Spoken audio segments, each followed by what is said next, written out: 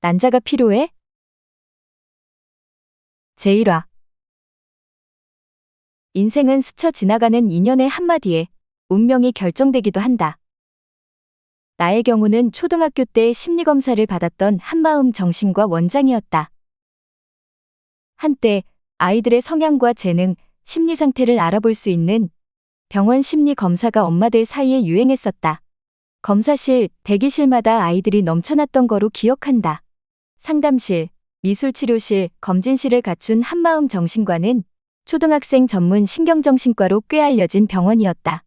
방마다 늘 검사받는 아이들이 있었고, 로비에도 순서를 기다리는 아이들과 보호자로 넘쳐났다.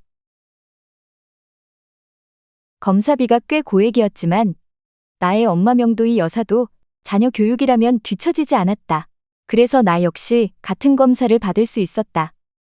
병원에서 주는 기초 검사지를 풀고 진료실로 들어갔다. 안경을 낀 중년의 남자 원장님이 무표정하게 앉아 있었다. 지금 생각해보니까 아무 감흥 없는 톤으로 지루한 강의를 3시간은 걷더니 늘어놓을 것 같은 얼굴이었다. 지극히 형식적으로 나의 검사지를 집어든 원장님은 결과를 확인하더니 벙찐 표정으로 천천히 나를 뜯어보았다. 그것도 모자랐는지 몇 번이나 안경을 다시 끼면서 끝없이 힐끔댔다. 나의 정신과 육체를 구석구석 훑던 그때 그 모습은 한마디로 변태시키다. 마침내 안경은 코끝에 안착했고 원장님도 상담을 시작했다. 어머니, 이 아이는요? 전교 1등을 못하면 비정상이에요. 에이, 원장님도 전교 1등이 뭐 선착순인가요? 원장님은 검사 결과를 꼼꼼히 설명해 주시며 말했다. 응.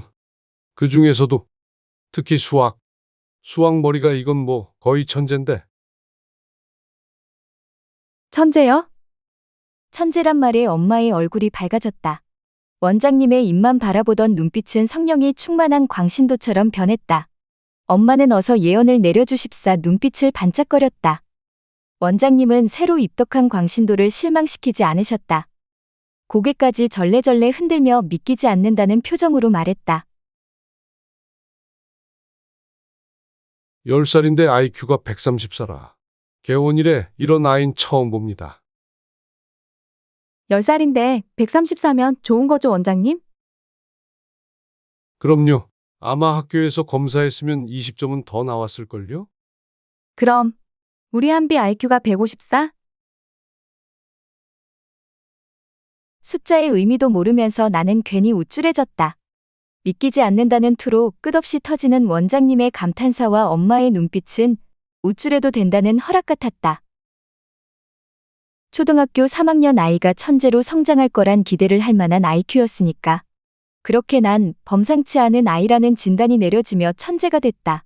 잠시 후 원장님은 엄마에게 결과지를 건네며 우리에게 단단히 당부했다. 이 아이 잘 키우세요.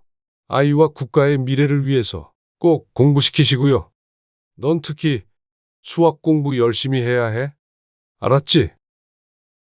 네, 원장님.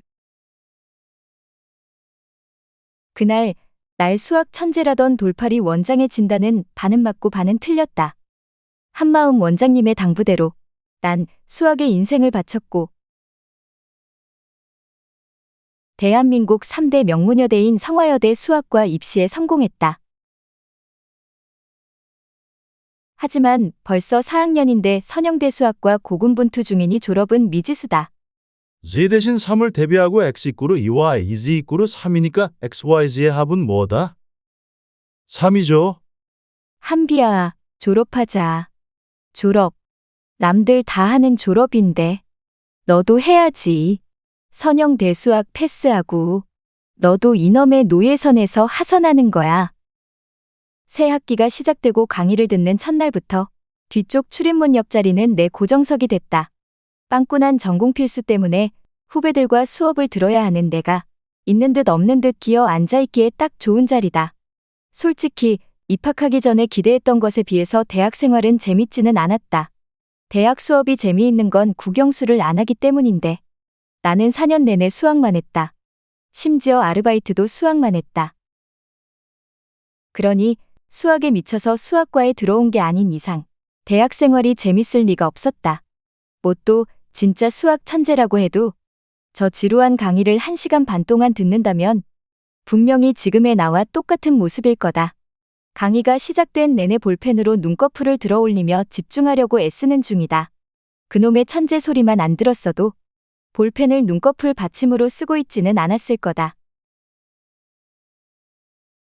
그런데 갑자기 볼펜 투혼을 벌이는 눈꺼풀 사이로 뒤돌아보는 학생들이 하나 둘씩 늘어나기 시작했다. 어디선가 드르륵 드르륵 울리는 소리의 진원지를 찾는 것 같은데 내가 알바야? 꾸벅꾸벅 졸면서 나와는 상관없는 일이라고 믿었다. 진동 소리는 끊기지 않고 끈질기게 울렸다. 그러자 하나 둘 돌아보던 학생들이 점점 더 늘기 시작했고 어느 순간부터 다 같이 나를 쏘아보고 있었다. 아야, 아파라. 갑작스런 눈총 세례에 놀라 눈꺼풀을 받치고 있던 볼펜이 눈덩이를 찔렀다. 그 와중에 난 본능적으로 휴대폰을 집어서 전화를 끊었다. 일부 학생은 가지가지 한다는 듯 대놓고 나를 봤고 또 일부는 교수님 눈치를 살피며 나를 보고 킥킥대며 웃었다. 하, 개쪽팔려. 뒤늦게 사태 파악이 된 나는 연신 죄송합니다 하며 후배들에게 굽실거렸다. 정말이지 쥐구멍에라도 숨고 싶은 심정이었다. 나도 쪽팔리는 거 아니까. 그냥 좀 넘어가 줘라. 제발. 집중. 교수님의 한마디에 강의실은 조용해졌고 지루한 강의도 다시 시작됐다. 난 내 쪽팔림의 원흉을 확인했다. 김재준이었다. 왜? 나 지금 중요한 수업 들어. 넌 도대체 수업을 어떻게 했길래 그딴 선생을 소개했냐는 소리를 또 듣게 해? 태훈이가 그래? 아니, 걘 자기 실력이면 MIT나 스탠퍼드는 입맛대로 골라간다고 큰 소리던데. 과외는 왜 하는 거야? 나도 걔한테 할 만큼 했어. 왜 나한테만 지랄이야? 지랄? 그래, 지랄. 어쩔래? 홧김에 아무 말이나 막 던졌다. 한동안 카톡창에 침묵이 흘렀다. 그래, 그만하자, 그만해. 지금 그거 헤어지잔 뜻이야? 과외 하나 잘렸다고? 톡을 보내놓고 다음 말을 기다렸다. 아니면 뭐? 뭔데? 지랄 때문에? 침묵만 길어질 뿐 김재준은 분노를 쏟아내는 이모티콘조차 투척하지 않았다. 어라, 개킹밖에. 이거 무슨 뜻이야? 김재준 씨, 진심입니까? 그래?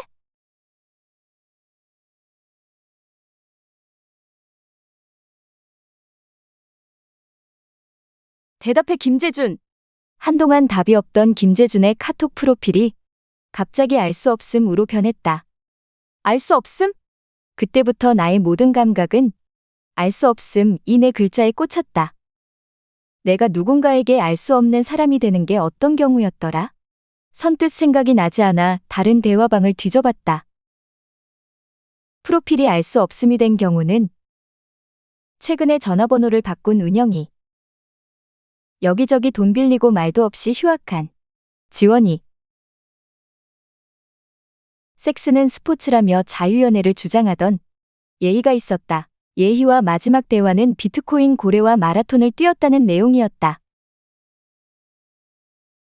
김재준, 너 지금 카톡 탈퇴한 거야? 김재준에게 차인 분노는 잘린 과외를 떠올리게 했고 고자질쟁이 태훈이를 거쳐 결국 수학에서 폭발했다. 아흐, 진짜. 웬수 같은 수학. 거지 같은 수학, 진짜. 순간 치민 분노는 나의 현재 상태를 망각하게 했다.